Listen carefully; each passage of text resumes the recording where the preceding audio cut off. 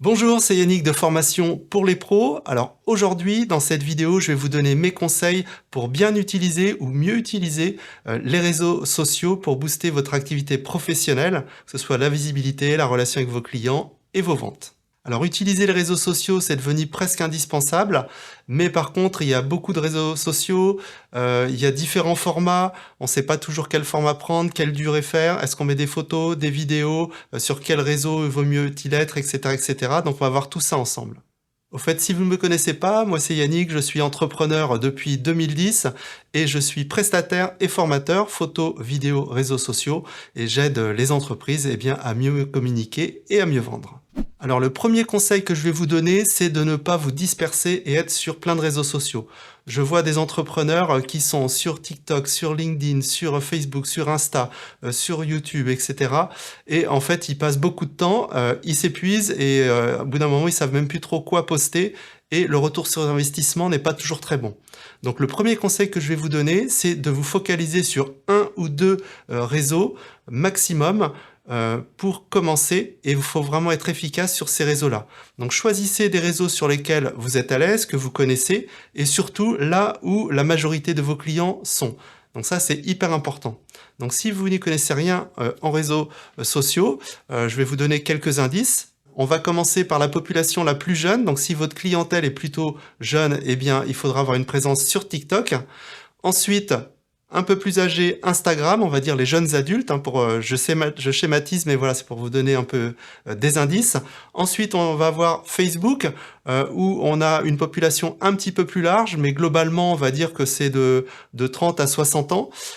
Ensuite, on a bien sûr LinkedIn, donc où on retrouve les professionnels. Et puis sur YouTube, vous avez toute tranche d'âge. Donc à vous de voir où se trouve votre clientèle, qui vous voulez toucher, et je vous conseille d'aller sur ce réseau social. Alors bien sûr, si c'est un réseau social que vous n'utilisez pas trop, je vous conseille de vous former, de vous faire aider de quelqu'un pour bien comprendre les codes de ce réseau. Ensuite, la question à se poser, c'est pourquoi je vais publier? Quel est l'objectif derrière?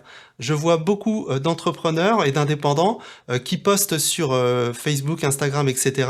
parce qu'on leur a dit qu'il fallait poster beaucoup pour être visible, etc.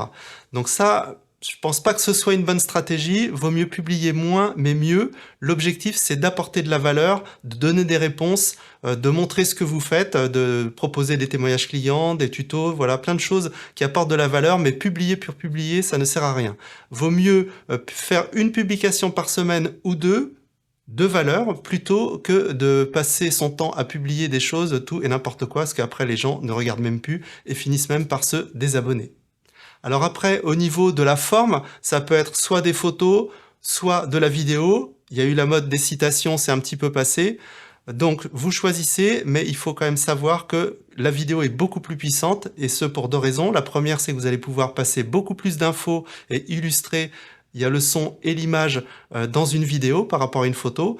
Et la deuxième chose, c'est que les plateformes, quelles qu'elles soient, mettent beaucoup en avant la vidéo. Donc si vous avez un post en vidéo, il sera beaucoup plus mis en avant par rapport à un post de texte ou de photo. Alors vous allez sans doute me poser la question, oui, mais au niveau technique, moi je ne sais pas faire des vidéos, comment ça se passe? Alors déjà, il faut prendre du matériel adapté à ce que vous voulez faire. De nos jours, le plus simple, c'est de prendre un téléphone et vous allez lui adjoindre quelques accessoires. Ça peut être une petite lampe pour vous éclairer et ça va être surtout un micro. Ce qui est important dans une vidéo, c'est aussi le son. Et souvent, le son est négligé, donc c'est vraiment important d'avoir un bon son. Donc pour ça, vous pouvez prendre un petit micro-cravate ou un micro externe. Donc si vous ne savez pas trop quoi choisir, je vous ai fait une vidéo et un PDF avec tous les liens de ce que je conseille comme matériel pour faire ces vidéos aux indépendants, aux commerçants, aux coachs, etc. Je vous mets le lien sous la vidéo et vous aurez aussi une vidéo de conseil pour bien commencer.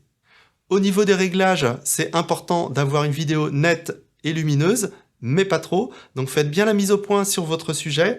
Et au niveau de l'exposition, donc ajustez bien l'exposition pour que la vidéo soit ni trop claire ni trop sombre. Vaut mieux qu'elle soit un tout petit poil plus sombre et après dans le logiciel de montage on peut l'éclaircir que l'inverse, que une fois que c'est trop clair on peut pas récupérer ce qui est cramé. Alors si vraiment tout ça, ça vous fait peur, que vous savez pas faire du tout de vidéo, ni de montage vidéo et que vous voulez apprendre, eh bien je vous conseille d'aller voir mes formations, je vous mets le lien sous la vidéo, ça vous aidera, je vous montre tout ça pas à pas avec du matériel simple et dans un langage simple et concret. Alors une question aussi à se poser quand on va faire sa vidéo, c'est le format. Donc déjà le format de la vidéo, est-ce que je filme en vertical ou en horizontal? Donc là ça va dépendre principalement du réseau social que vous allez utiliser. Donc si c'est pour Insta, Facebook, c'est plutôt préférable de tourner en format vertical. Si par contre c'est une vidéo qui se destine à YouTube, il faudra plutôt tourner en horizontal. Et si c'est sur plusieurs plateformes, je vous conseille de filmer en horizontal, en 16/9. Comme ça, et bien après, vous pourrez éventuellement recadrer en carré pour mettre sur Insta et compagnie. Mais sur YouTube, c'est important de publier en horizontal, sauf bien évidemment si vous avez décidé de faire un short. Après, au niveau de la durée, donc la durée va aussi dépendre du réseau social. Les gens qui sont sur Insta, Facebook, etc. ou TikTok sont là pour se détendre. Donc si vous voulez les captiver, il faudra une vidéo assez courte qui va à l'essentiel et plutôt dynamique. À l'inverse, si vous voulez apporter de la valeur, faire un tuto, etc., je vous conseille plutôt YouTube. Et à ce moment-là, la durée devra être comprise minimum 5 minutes, je dirais, et jusqu'à 15 minutes, ça passe bien si c'est bien fait, bien monté, bien construit. Et si c'est intéressant, ça marchera très très bien.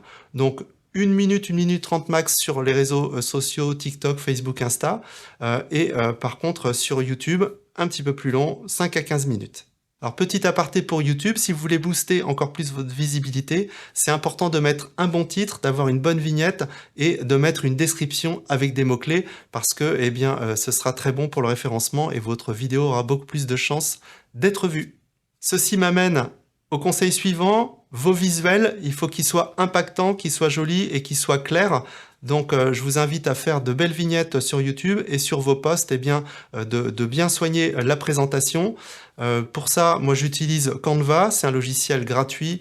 Alors vous avez une version pro, mais déjà avec la version gratuite, on fait énormément de choses. Et donc c'est important d'avoir un bon visuel qui soit clair et qui donne envie de cliquer. Conseil suivant, publiez vos vidéos de façon native. Donc je m'explique, c'est-à-dire que les plateformes n'aiment pas qu'on renvoie vers d'autres plateformes. Donc si vous faites une vidéo, vous la publiez sur YouTube et que vous partagez le lien sur Facebook ou sur LinkedIn, ça va pas leur plaire, ce sera pas mis en avant. Donc je vous conseille de publier votre vidéo directement sur le réseau social que vous allez utiliser, même s'il faut le faire 2 fois, ça prend pas énormément de temps et ça vous permettra d'être mieux positionné et d'être mieux mis en avant. Dernier conseil, pensez aussi à publier régulièrement. Vaut mieux publier moins, mais régulièrement. Je dirais que 1 à 2 fois par semaine, c'est très bien. Ça sert à rien de publier tous les jours.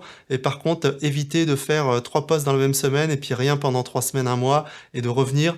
Voilà, ça, les algorithmes aiment moyennement. Donc, essayez de vous faire un petit planning de publication. Pour gagner du temps, je vous invite à à tourner, à préparer vos posts en même temps sur une demi-journée par exemple. Vous faites tout le mois, vous préparez sur une demi-journée ou une journée et comme ça après vous programmez. Ça vous permettra en fait d'être beaucoup plus efficace et de ne pas y passer trop de temps. Alors je pourrais vous donner encore pas mal de conseils. Je me suis concentré sur les principaux.